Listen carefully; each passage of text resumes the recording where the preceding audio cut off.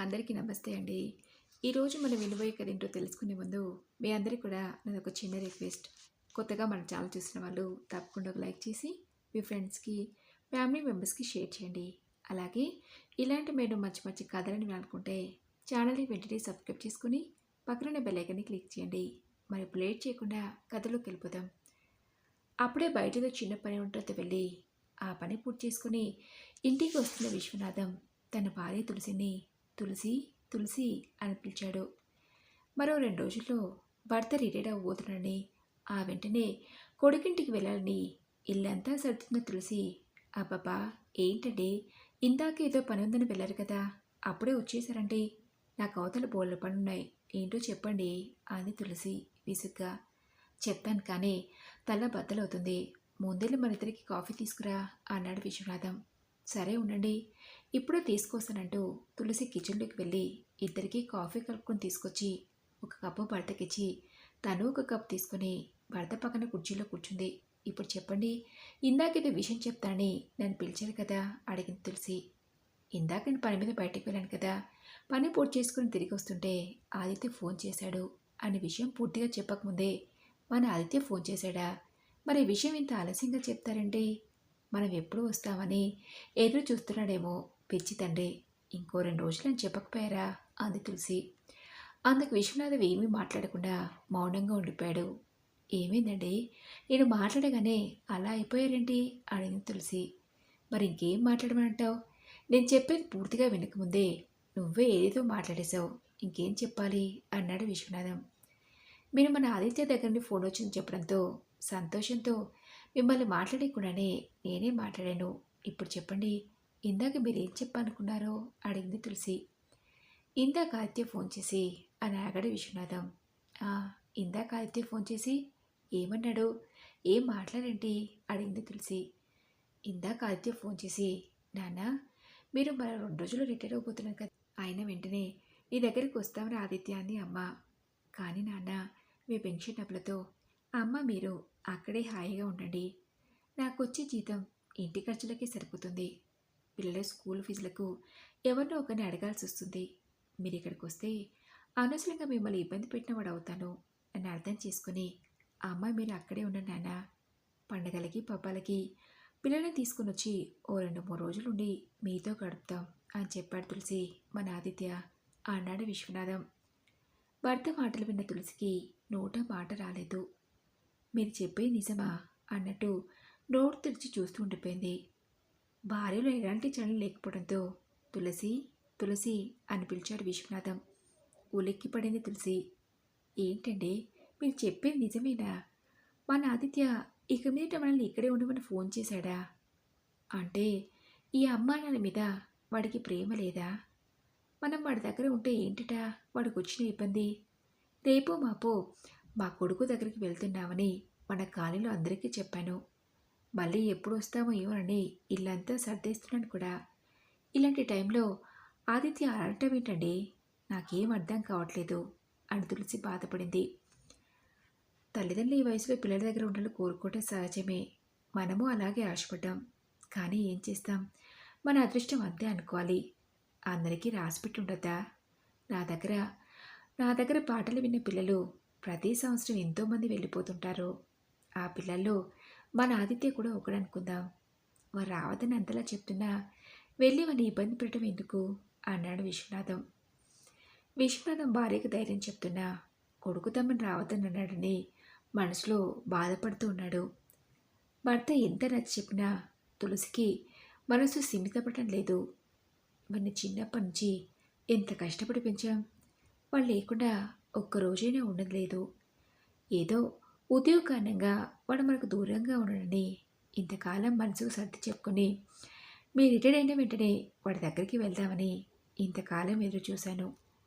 తీరా సమయానికి ఆదిత్య ఇలా అంటాడని అస్సలు అనుకోలేదంటూ తులసి లేచి వంటగదిలోకి వెళ్ళింది. తనకి ఆకలిగా ఉందంటేనైనా వంట చేస్తూ తులసి ఆ విషయం గురించి కాస్త మర్చిపోతుందని విశ్వనాథం ఆకలిగా ఉంది అన్నాడు. ఓ అరగంటలో వంట పూర్తి చేసి భర్తకి వడ్డించింది తులసి. నువ్వు వడ్డించుకో తులసి అన్నాడు విశ్వనాథం. అందుకు తులసి, నాకు ఆకలిగా లేదంటే మీరు తినండి అంది. నువ్వు తినకుంటే నేను తినను, అని చేయి కడిగేసుకోబోతుంటే, వద్దండి నేను వడ్డించుకుంటానని తులసి కూడా భోజనం వడ్డించుకుని బలవంతంగా ఓ 2 ముద్దలు తిని పక్కన పెట్టింది. ఆ రాత్రంతా ఇద్దరికీ నిద్ర పట్టలేదు. ఆదిత్య వలన రావద్దని ఆలోచిస్తూ బాధపడ్డారు. తులసి, రేపొక్కరోజే నేను స్కూలుకి వెళ్ళేది. ఎల్లుండి నుంచి ఇంట్లోనే ఖాళీగా కూర్చోవాలి. ఉదయాన్నే లేచి హడావుడిగా తయారయ్యి లంచ్ బాక్స్ తీసుకుని స్కూల్కి వెళ్ళాల్సిన పని లేదు అన్నాడు విశ్వనాథం. అందుకు తులసి, ఇన్ని రోజులు మీరు ఉదయాన్నే వెళ్ళేది కాబట్టి హడావుడిగా లేచి వంట చేసి బాక్స్ పెట్టి మిమ్మల్ని పంపించేదాన్ని. మధ్యాహ్నం అంతా ఖాళీగానే ఉన్నా 4 గంటలకెళ్ళి మీరు వస్తారని పనంతా ముగించుకుని ఎదురు చూసేదాన్ని. సాయంత్రం మీరు వచ్చాక కాసేపు మాట్లాడుకుంటూ కూర్చునేవాళ్ళం. నాకు రేపటి నుండి అలాంటి పనులే లేవు. కనీసం ఒకరికొకరం తోడుగా ఉంటూ రోజంతా కాలక్షేపం చేయొచ్చులేండి. ఇప్పటికే చాలా ఆలస్యమైంది. ఇంకేమీ ఆలోచించకుండా నిద్రపోండి అంది తులసి. అలా 2 రోజులు గడిచాయి. విశ్వనాథం రిటైర్మెంట్ తీసుకుని ఇంటికొచ్చాడు. విశ్వనాథం రిటైర్డ్ అయ్యని తెలిసి కలిసి వెళ్దామని తులసి తోడబుట్టిన అన్నయ్య రాఘవ్ వచ్చాడు. రాఘవ్ వస్తూనే, ఇంట్లో ఉన్నారో లేదో అనుకుంటూ వస్తున్నానమ్మ తులసి అన్నాడు. ఇంట్లో ఉండక మేము ఎక్కడికి వెళ్తామన్నయ్య అంది తులసి. బావ రిటైర్డ్ అయిన వెంటనే ఆదిత్య దగ్గరికి వెళ్తున్నామని చెప్పావు కదమ్మా, అందుకే కలుస్తారో లేరో అని అనుకుంటూ వచ్చాను అన్నాడు రాఘవ. తన అన్నయ్య మాటలకి తులసి మొహం చిన్నపోయింది. ఏంటమ్మా, ఉన్నట్టుండి నేను మాట్లాడగానే అలా డల్గా అయిపోయావేంటి? ఇంతకీ బావెక్కడా అడిగాడు రాఘవ. అందుకు తులసి, రిటైర్డ్ అయ్యాక ఇంట్లో ఖాళీగా కూర్చుంటే కాలక్షేపం అవ్వట్లేదని అలా బయటికి వెళ్తానే వెళ్ళాడన్నయ్య, వచ్చేస్తుంటాడు అని చెప్పింది తులసి. మాటలోనే విశ్వనాథం రానే వచ్చాడు. రాఘవని చూసి, ఏమోయ్ రాఘవ, ఈ మధ్య మా ఇంటికి రావటమే పూర్తిగా అమ్మనేసావు. ఏంటి, కొడుకు ఎక్కడికి వెళ్ళనివ్వకుండా అంత జాగ్రత్తగా చూసుకుంటున్నాడా అడిగాడు విశ్వనాథం. అలాంటిదేం లేదు బావా, ఎప్పుడూ ఏదో ఒక పని ఉండటం వల్ల వీలు పట్టం లేదు అంతే అన్నాడు రాఘవ. సరేలే, ఇంకేంటి కబుర్లు? కొడుకింట్లో అందరూ బాగున్నారా అడిగాడు విశ్వనాథం. అందరూ బాగున్నారు బావా. మీరు రిటైర్డ్ అయ్యని తెలిసి ఆదిత్య దగ్గరికి వెళ్లే ముందే ఓసారి కలిసి వెళ్దామని వచ్చాను అన్నాడు రాఘవ. ఇంతకు ఎప్పుడు వెళ్తున్నారు? ఆ మధ్య నేను ఫోన్ చేసినప్పుడు బావ రిటైర్డ్ అయిన మరుసటి రోజునే ఆదిత్య దగ్గరికి వెళ్తున్నామని అక్క చెప్పింది అన్నాడు రాఘవ.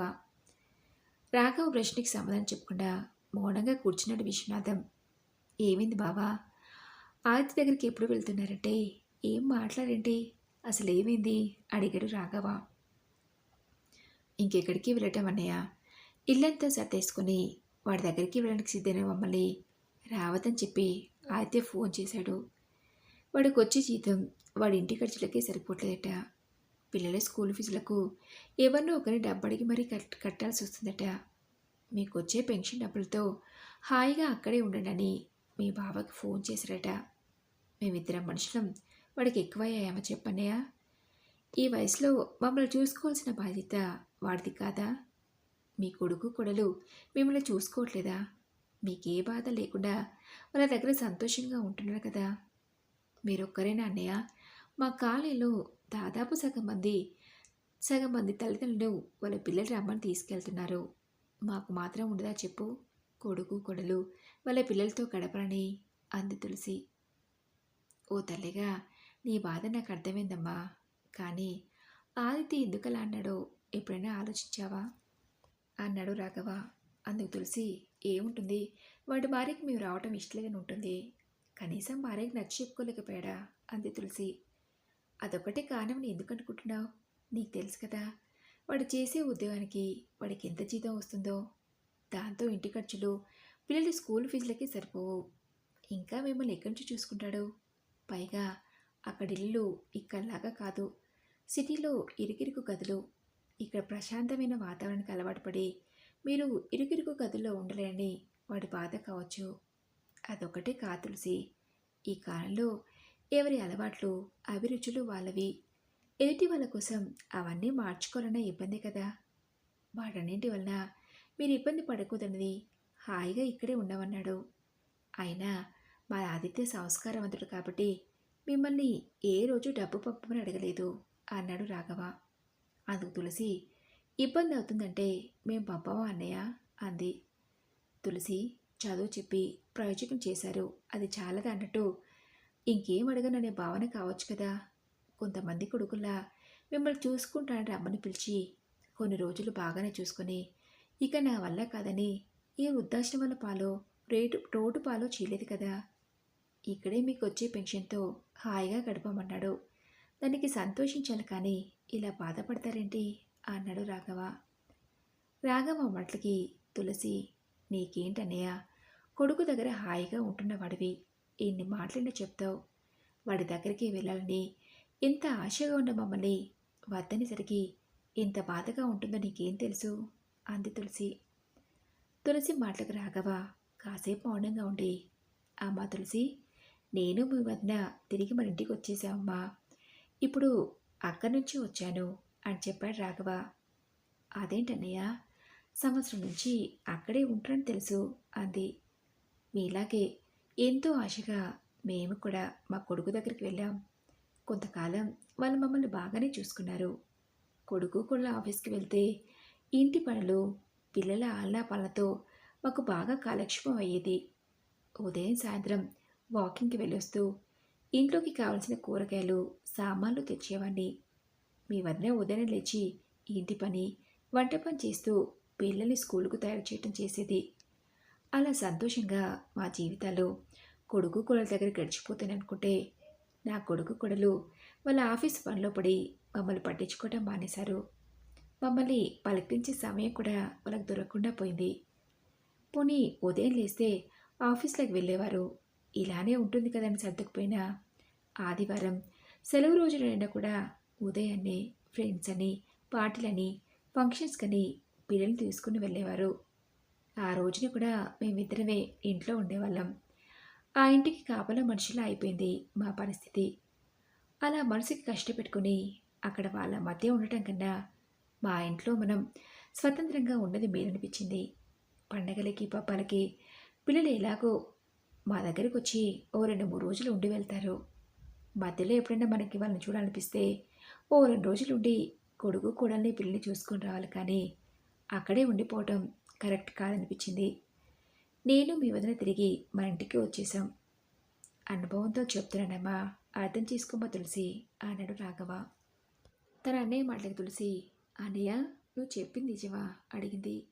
నీకు అబద్ధం ఎందుకు చెప్తానమ్మా, ఇప్పుడు మన ఇంట్లోనే ఉంటున్నాం నేను మీ వదిన అన్నాడు రాఘవ. నువ్వు చెప్పిందంతా విన్నాక నాకు అదే కరెక్ట్ అనిపిస్తుంది రాఘవ. ఆదిత్య మమ్మల్ని ఇక్కడే ఉండమని చెప్పినా వాడికి ఉన్న డబ్బు సమస్య వలనే కదా వాడు మమ్మల్ని రావద్దంటున్నది. అదేదో నా రిటైర్మెంట్ బెనిఫిట్స్ డబ్బులు, పెన్షన్ డబ్బులు వాడికి ఇచ్చి అక్కడికి వెళ్దాం అనుకున్నాను. కానీ ఇప్పుడు నన్ను మార్చుకున్నాను అన్నట్టు పిల్లలకి ఇబ్బందిగా మారకుండా మన ఇంట్లో మనం మనకు నచ్చినట్టుగా ఉండటం మేలు అన్నాడు విశ్వనాథం. అవును బావా అన్నాడు రాఘవ. భర్త కూడా అన్నయ్యతో జత కలిసి కొడుకు దగ్గరికి వెళ్ళిన నిర్ణయాన్ని ఉపసంహరించుకున్నందుకు బాధగానే ఉన్నా తులసికి ఒప్పుకోక తప్పలేదు. సరే సరే, మీ అన్నయ్య వచ్చి ఇంతసేపైనా కనీసం తినడానికో తాగడానికో ఏమైనా ఇచ్చావా తులసి అడిగాడు విశ్వనాథం. అవన్నీ ఏమొద్దు, ఏకంగా భోజనాలు చేసేద్దాం బావా. అమ్మ తులసి, త్వరగా వంట చేయి, చాలా ఆకలిగా ఉంది. నీ చేతి వంట తిని ఎన్ని రోజులైందో అన్నాడు రాఘవ. ఇదిగో ఇప్పుడే చేసేస్తానన్నయ్య అంటూ తులసి వంటగదిలోకి వెళ్ళింది. అరగంటలో వంట పూర్తవడంతో తులసి అందరికీ భోజనాలు వడ్డించింది. భోజనాలు అయ్యాక కాసేపు అందరూ కూర్చుని మాట్లాడుకుని, ఇక నేను వెళ్ళొస్తానమ్మా, ఇంటి దగ్గర మీ వదిన నా కోసం ఎదురు చూస్తూ ఉంటుంది అని రాఘవ బయలుదేరాడు. తన అన్నయ్యని సాగనంపొచ్చిన తులసి, ఏమండి, మా అన్నయ్య చెప్పినట్టుగా మనం మన ఇంట్లోనే ఉండిపోవాలా అంది. అందుకు విశ్వనాథం, మీ అన్నయ్య చెప్పినా కూడా నీకు అర్థం కాలేదే తులసి. కోరి కష్టాలు తెచ్చుకోవటం ఎందుకు చెప్పు. వారం రోజుల్లో నా రిటైర్మెంట్ బెనిఫిట్స్ రాబోతున్నాయి. అందులో సగం మా నాదికి పంపిద్దాం అనుకుంటున్నాను. పాపం చాలని జీతంతో కుటుంబంతో సిటీలో ఉంటూ డబ్బుకి ఎంత ఇబ్బంది పడుతున్నాడో ఏంటో. వాడు చెప్పేదాకా మనం ఎప్పుడు వాడిని అడిగింది లేదు అన్నాడు విశ్వనాథం. అందుకు తులసి, డబ్బు పంపించడం ఎందుకు, ఆ డబ్బేతో మనమే స్వయంగా వెళ్ళిద్దాం. అక్కడే ఉండిపోవడం అంటలేదు. డబ్బిచ్చి మన ఆదిత్య వాడి పిల్లలు చూసి వెంటనే బయలుదేరదామంది తులసి. భార్య మాటలకి విశ్వనాథం, సరే తులసి, నువ్వన్నట్టే డబ్బొచ్చాక మనమే వెళ్ళిద్దాం అన్నాడు విశ్వనాథం. మరి ఇదండి రోజు కథ. ఈ కథపై మీ విలువైన అభిప్రాయాల్ని నాతో కామెంట్ బాక్స్లో షేర్ చేసుకోండి. అలాగే ఈ కథ మీకు నచ్చిందనుకుంటున్నాను. నచ్చితే తప్పకుండా ఒక లైక్ చేసి మీ ఫ్రెండ్స్కి, ఫ్యామిలీ మెంబర్స్కి షేర్ చేయండి. అలాగే ఇలాంటి మీరు మంచి మంచి కథలు అనుకుంటే ఛానల్ని వెంటనే సబ్స్క్రైబ్ చేసుకొని పక్కనున్న బెల్ ఐకాన్ని క్లిక్ చేయండి. నెక్స్ట్ వీడియోలో మరొక మంచి కథతో కలుసుకుందాం. Thank you for listening.